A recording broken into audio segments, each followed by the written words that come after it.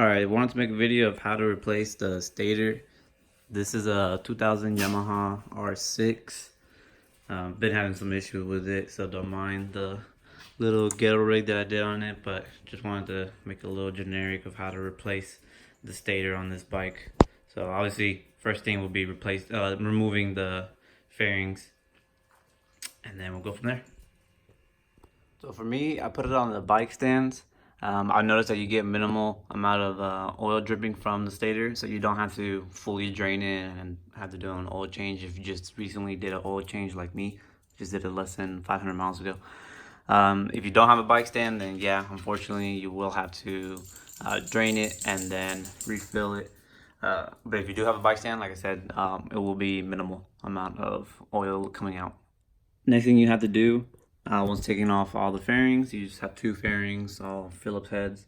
Start taking off all these Allen heads. At least on mine, they are 5mm. So just remove these small 1, 2, 3, 4, 5, 6, 7, 8, 9 Allen heads. So now all the bolts are off. Next thing I do to give you some space is I take off this reservoir cap. That'll stay with the bike, and this is like the overflow that'll just spit down onto the floor. So this you can just pull off and take it out with you.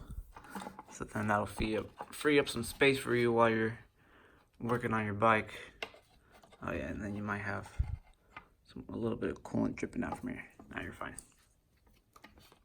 And there you have it. Just move some of the hoses, like I said, out of the way. And then it is magnetic, so it might feel a little tough pulling it. So just jiggle it around, pull it out. And then most of the times this does pull out as well.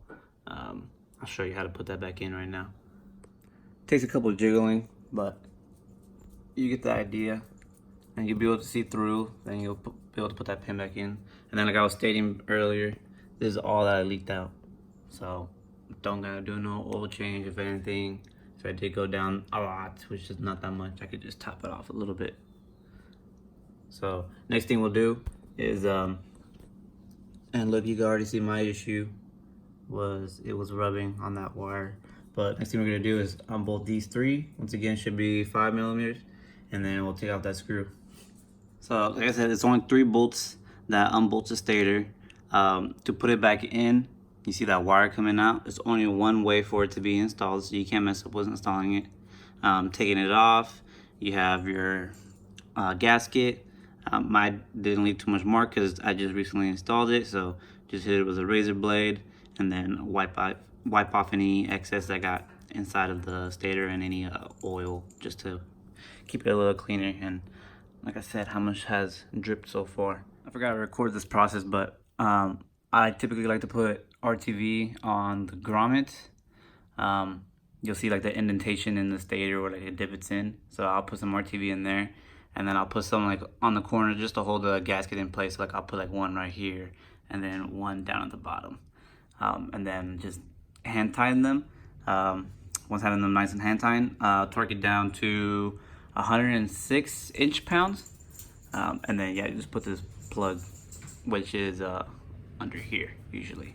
But like I said, I've been freaking trying to do some diagnosis on mine, so just ignore that.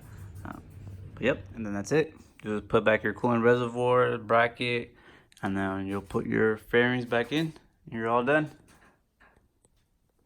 And then once running, it might be kind of hard to hear me, but once running, it should be at a high 13 volts or low 14 volts. And just like that, you got yourself a running bike.